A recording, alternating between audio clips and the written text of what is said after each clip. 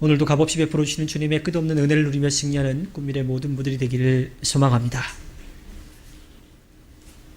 왕궁에 살던 다윗이 주님을 위해서 아름다운 성전을 지어드리고 싶었는데 주님은 그 성전을 지을 필요 없다라고 말씀해 주셨죠. 오히려 주님은 다윗의 자손을 통해서 완전하고 영원한 집안을 세워주시겠다라고 말씀하십니다. 주님을 등지고 떠나서 주님과 멀어진 우리를 위해서 다시 가까이 만날 수 있는 길을 주님 편에서 열어주시는데 이스라엘 역사에 있어서 가장 위대한 왕인 다윗의 자손을 통해서 그 일을 이루실 거라고 말씀해 주십니다. 이 세상을 구원할 메시아가 다윗의 혈통을 통해서 태어날 거라고 하는 거지. 그 약속은 구약 성경을 통해서 이미 300여 번 이상 말씀을 해주셨고 또 신약 성경 예수님이 이 땅에 오신 그 이후부터 그 약속이 이루어졌어요. 이루어진 것으로 끝나지 않고 지금까지 그 약속은 변함없이 이어지고 있습니다. 오늘 우리가 함께 나누는 이 이사야서는요, 이름에 여호와는 구원이시다라고 하는 뜻을 담고 있는 이사야가 기록한 것으로 알려져 있죠.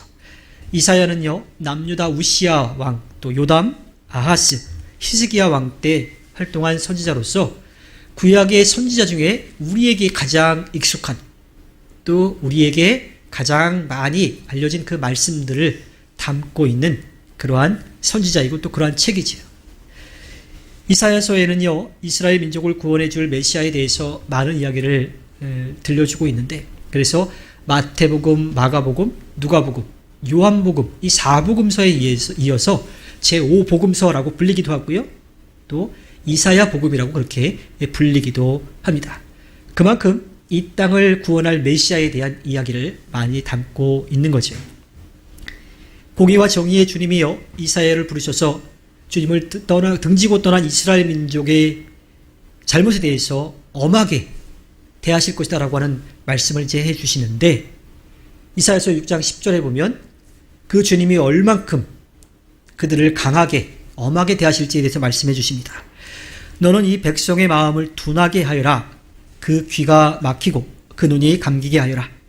그리하여 그들이 볼 수 없고 들을 수 없고 또 마음으로 깨달을 수 없게 하여라.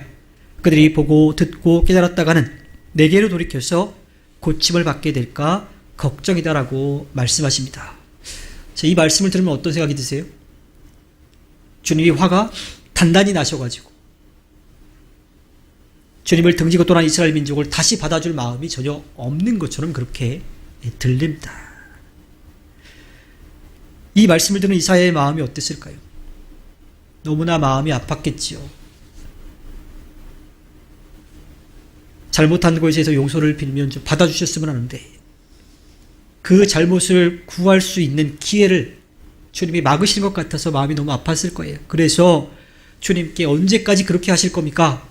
라고 그렇게 물으니까 주님이 말씀을 해주십니다. 이사야서 6장 11절부터 13절 말씀인데요.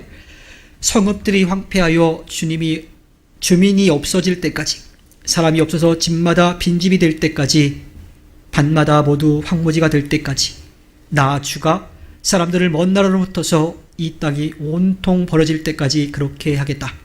주민의 10분의 1이 아직 그곳에 남는다 해도 그들도 다 불에 타 죽을 것이다. 돌아올 수 없도록 눈도 가리고 귀도 막겠다라고 하셨는데 언제까지 그렇게 할 거냐라고 하는 이사야의 질문에 이 땅이 다시는 살아나지 못할 그때까지 그렇게 벌하시겠다라고 말씀하고 계세요. 남아있는 사람들도 다 죽음을 피하지 못할 거라고 그렇게 말씀하십니다. 이 말씀을 들으면요, 주님은 자비라고 하는 것이 전혀 없는 것처럼 그렇게 들립니다. 돌아와서 벌을 피할까봐, 또 심판은 완전히 멸망할 때까지 그렇게 행하시겠다라고 하는 이 말씀. 하지만 사실은 주님이 이스라엘 민족을 얼마나 사랑하고 계시는지, 그들에게 대한 기대가 얼마나 컸는지를 알 수 있는 말씀이에요.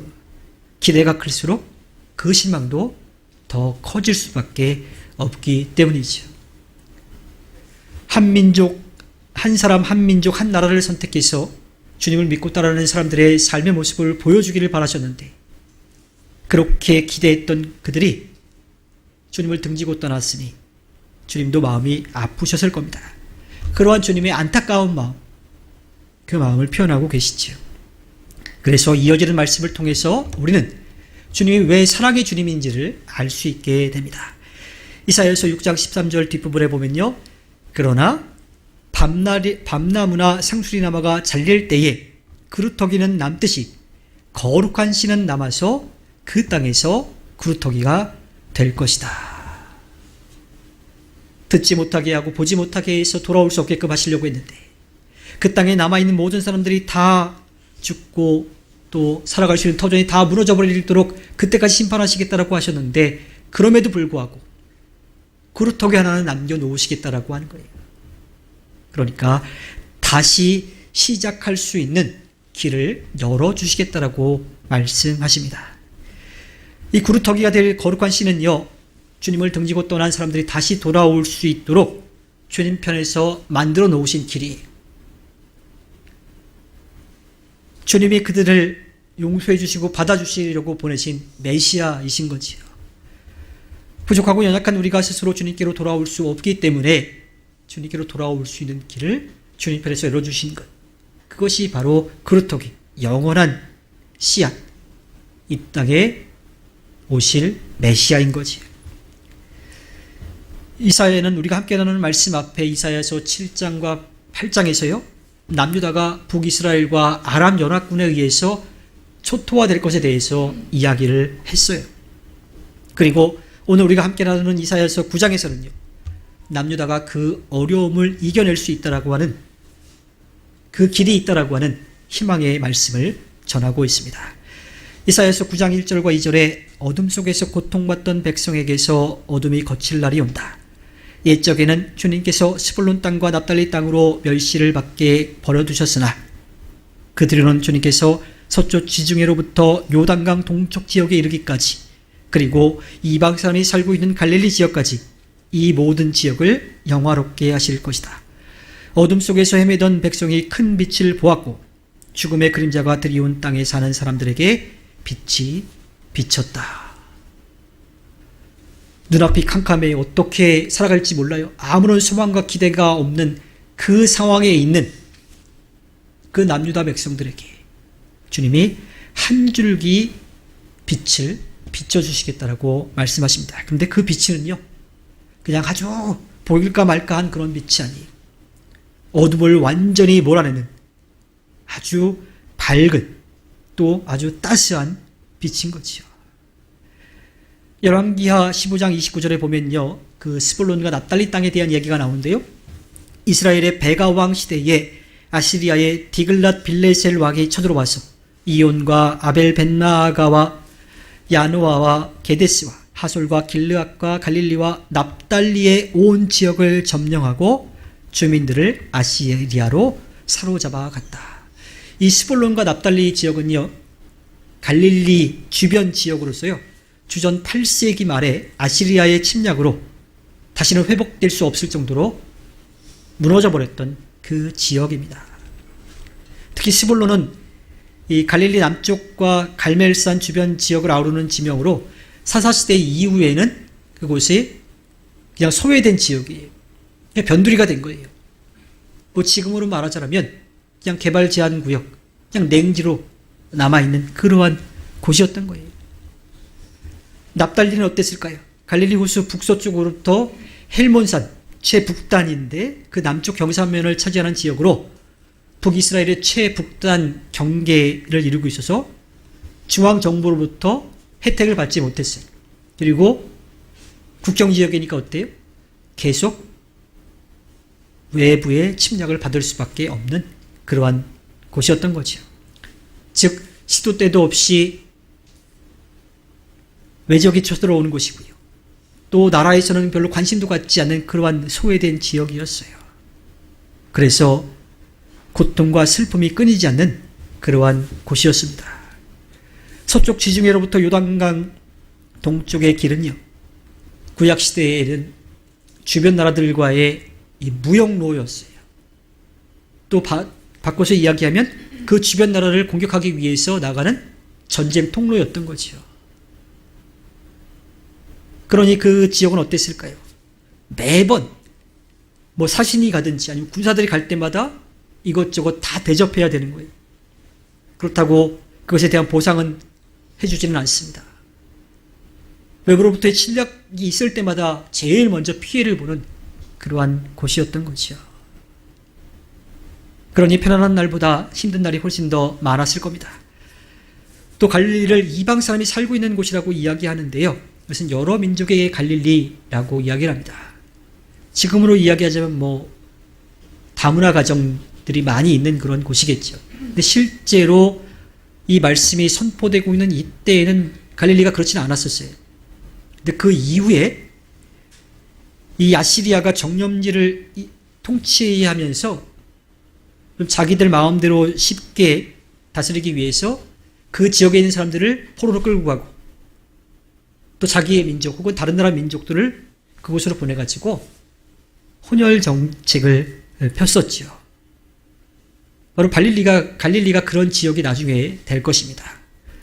그래서 오늘 말씀 가운데 스불론, 납달리, 갈릴리 지역들 이런 이야기를 하면서요. 어둠이라고 하는 것, 어둠 속에서 아무런 희망이 보이지 않는 그곳에 한 줄기 빛도 굉장히 반가울 텐데 아주 큰 빛이 비쳐서 어둠이 걷히고 또 추위와 슬픔이 사라지게 된다고 하니까 그 말씀을 들었을 때 얼마나 기뻤을까요? 마태복음 4장 13절에 가면요. 예수님이 이 세례를 받으시고 나서 가는 곳에 대한 이야기를 하죠. 그는 나사렛을 떠나 스불론과 납달리 지역 바닷가에 있는 가버나움으로 가서 사셨다. 구약시대에 예언했던 것이 예수님이 그대로 세례를 받고 세례 요한이 붙잡혀 가셨다라고 하는 소식을 듣고서 그 지역으로 갔다라고 하는 이야기를 이 마태복음 기자는 전하고 있습니다. 이사야서 9장 1절과 2절의 말씀을 이루신 것이라고 그렇게 전하고 있죠. 이 땅의 빛으로 생명으로 오신 예수님은요. 높은 곳에서 모든 사람들이 존경할 만한 그런 자리로 오시지 않았습니다. 지역적으로 인정받지 못했던 베들레헴에 또 그것도 누울 자리가 없어서 한 여관의 마구간에서 누워 계셨어요. 이 땅에 가장 낮고 낮은 모습으로 오셨습니다. 그리고 사람들에게 인정받지 못했던, 사회적으로 인정받지 못했던 아픈 사람들,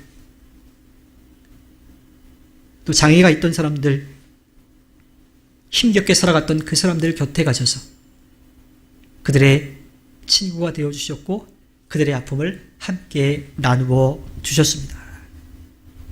어두워 희망이라고는 전혀 보이지 않는 사람들에게 빛을 비춰주신 거죠. 오늘 말씀 이어지는 이사야서 9장 3절부터 5절의 말씀은요. 어두워서 아무것도 보이지 않고 아무런 기대와 소망도 가질 수 없었던 그들이 큰 빛이 비추어졌을 때에 얼마나 기뻐할지에 대해서 들려주고 있습니다. 하나님, 주님께서 그들에게 큰 기쁨을 주셨고 그들을 행복하게 하셨습니다. 사람들이 곡식을 거둘 때 기뻐하듯이 그들이 주님 앞에서 기뻐하며 곡식을 거둘 때 얼마나 기뻐하겠어요. 또한 군인들이 전리품을 나눌 때 즐거워하듯이 그들이 주님 앞에서 즐거워합니다. 전쟁에 나가는 거 목숨 걸고 싸우는 거라 사실은 피하고 싶죠. 근데 그 전쟁에 가서 수고하고 나서 얻게 되는, 승리하고 나서 얻게 되는 전리품을 받았을 때는 어느 정도 보상감을 느끼게 되는 겁니다. 근데 거기서 끝이 아니에요. 그들이 주님께서 미디안을 치시던 날처럼 그들을 내리 누르던 멍에를 부수시고 그들의 어깨를 짓누르던 통나무와 압제자의 몽둥이를 꺾으셨기 때문입니다. 자신들을 억압하고 있던 이들이 아무런 힘도 없이 사라지게 된다고 하는 거예요. 또 침략자의 군화와 피 묻은 군복이 모두 땔감이 되어서 불에 타 없어질 것이기 때문입니다. 전쟁을 할 수 있는 무기가 사라져 버리는 거예요. 전쟁을 할 수 있는 그런 명분도 사라지게 돼서 더 이상의 아픔과 슬픔이 있는, 고통이 있는 전쟁이 사라지게 하시는 것. 그때에 얻는 그 기쁨이라고 이야기를 합니다. 전쟁을 겪어보신 분들이요, 전쟁을 겪어보지 않은 세대를 향해서 이야기하죠. 니들이 전쟁을 아냐고. 사실 우리는 뭐 그냥 기록적인 걸로만, 혹은 조금 미화되어 있는 것들로 이 전쟁에 대한 이야기를 듣고 또 보고 알게 되죠. 그런데 실제로 전쟁을 경험하신 분들의 마음을 우리 정말 다 알 수 없을 거예요. 얼마나 무서울까요? 얼마나 두려울까요? 또 얼마나 마음이 아플까요? 다시는 꿈에도 보고 싶지 않을 겁니다. 미녀와 야수라고 하는 뭐 애니메이션 영화에 보면 그 미녀가 정말 원하는 것이 무엇일까요? 애니메이션이나 영화에서는 그 야수를 생각하는 마음도 분명히 있어요. 그래서 불쌍하게 여겨가지고 야수를 도와주려고 하는 그러한 마음들도 있는데, 정말 원하는 것이 무엇일까요? 이것저것 모자라지 않게 넉넉하게 지내도요, 다시 예전처럼 사랑하는 아빠와 함께 넉넉하지 못하더라도 행복한 삶을 살고 싶을 겁니다. 지금도 세계 곳곳에서 전쟁이 이어지고 있습니다. 우리에게 계속 소식이 들려오고 있는 우크라이나와 러시아와의 전쟁이 있고요. 이스라엘과 하마스의 전쟁이 있고요. 또 우리에게도 아직 끝나지 않은 남과 북의 전쟁이 있죠. 전쟁을 할 때 국민들뿐만 아니라 군인들도 가장 바라는 것이 무엇일까요? 바로 전쟁이 끝나는 걸 거예요. 전쟁의 명분이 사라져서 지긋지긋하고 무서운 전쟁이 빨리 끝나는 걸 겁니다. 이사야는요, 전쟁으로 아파하는 사람들이 가장 바라는 것을 주님께서 이루어 주실 것이라고 말합니다. 주님이 자신들을 두려움에 떨게 하는 침략자들의 무기를 사라지게 하셔서 더 이상의 아픔과 두려움이 없는 전쟁이 완전히 사라지게 하셔서 큰 기쁨을 누리게 하실 거라고, 그래서 즐거워서 춤을 출 거라고 그렇게 이야기를 합니다. 주님의 마음이 아파하고 힘들어하는 이들, 어두워서 아무것도 볼 수 없는 그들에게 비춰져서 그들이 빛을 보고 소망을 갖게 돼서 그렇게 춤추며 기뻐할 거라고 말하고 있죠. 그리고 그 일을 이루기 위해서 이 땅에 오실 메시아에 대해서 전합니다. 이사야서 9장 6절에 한 아기가 우리를 위해 태어났다. 우리가 한 아들을 모셨다. 그는 우리의 통치자가 될 것이다. 그의 이름은 놀라우신 조언자, 전능하신 하나님, 영존하시는 아버지, 평화의 왕이라고 불릴 것이다. 이 이름들을 뭐 조금 풀어서 이야기하자면요, 이 땅의 어둠을 밝힐 분, 이 땅의 아픔을 보듬어 주실 분, 이 땅의 다툼을 평화로 바꾸실 분, 이 땅의 죽음을 생명으로 이기실 분이 오실 것이라고 전하고 있습니다. 그 메시아는요, 우리를 바른 길로 이끌어 가실 통치자이십니다. 자기의 욕심을 채울 통치자가 아니라 우리를 바른 길로 이끌 통치자예요.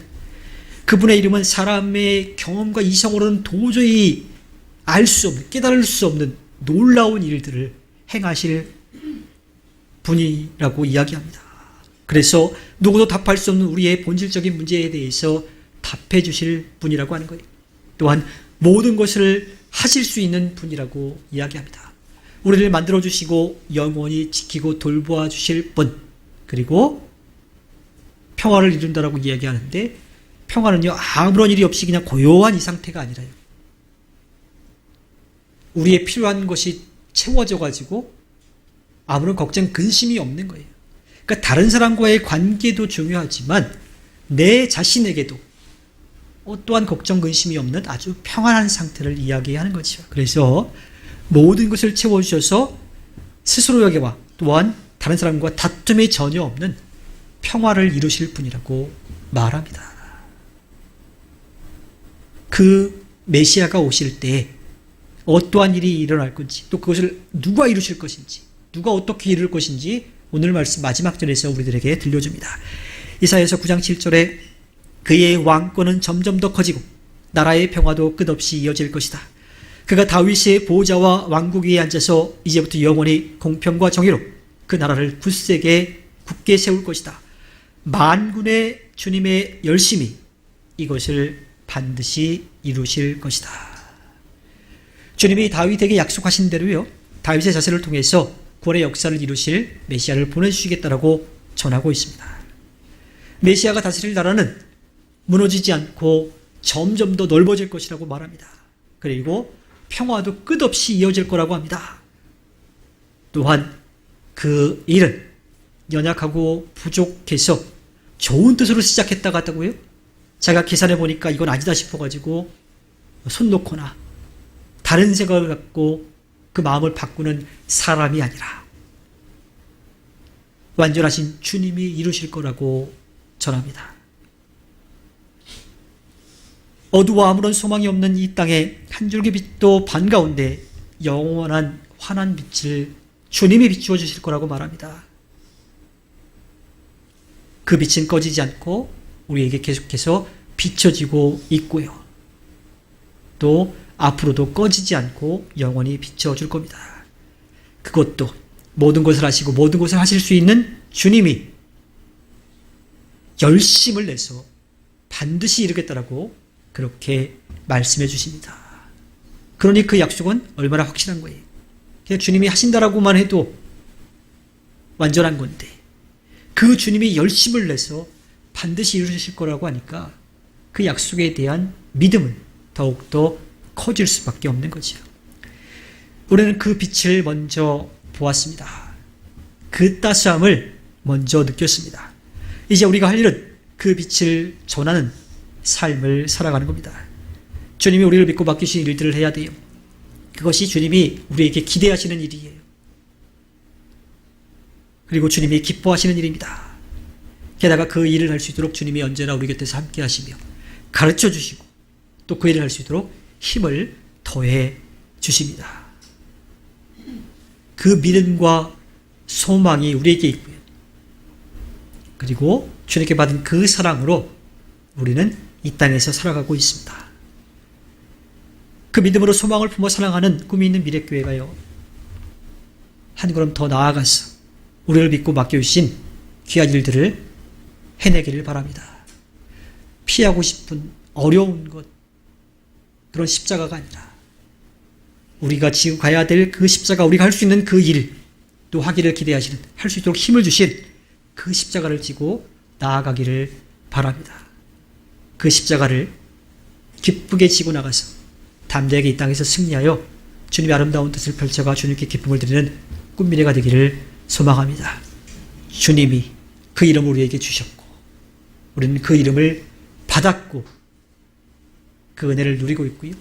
또 그 사랑을 전할 귀한 사명이 있기 때문입니다. 우리에게 맡겨진 그 십자가를 통해서 주님께 기쁨을 드리기를 주님의 이름으로 부탁드립니다.